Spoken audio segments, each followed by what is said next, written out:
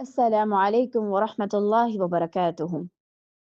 أيها الإخوة والأخوات، إن الصدقة خلق عظيم من أخلاق الإسلام، وعبادة جليلة دعا إليها القرآن الكريم والسنة النبوية، لما فيها من تهذيب النفس ونشر الرحمة وتخفيف الآلام المحتاجين.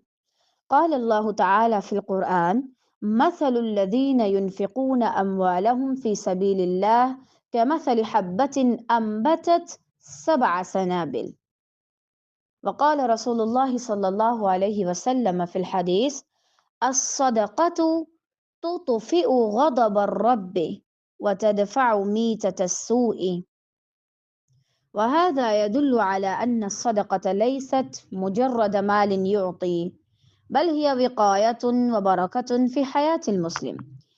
أيها الأحبة، إن الصدقة ليست مخصوصة بالمال وحده، بل كل معروف صدقة، كما قال النبي صلى الله عليه وسلم في الحديث العظيم: كل معروف صدقة.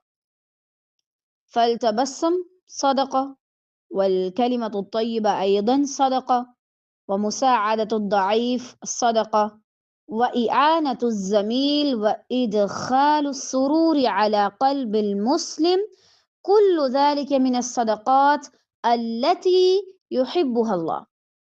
والصدقة تزيد المال ولا تنقصه، كما قال رسول الله صلى الله عليه وسلم في حديث آخر: ما نقص مال من صدقة، بل تزيده بركة ونماء، وتفتح أبواب الرزق وتوسع الصدر. فلنحرص جميعا على أن نكون من أهل الصدقات، نعطي سرا أم علانية، نبتغي وجه الله تعالى ونبحث عن المحتاجين وندخل الفرح على قلوبهم. فإن من فرج عن مسلم كربة فرج الله عنه كربة من كرب يوم القيامة.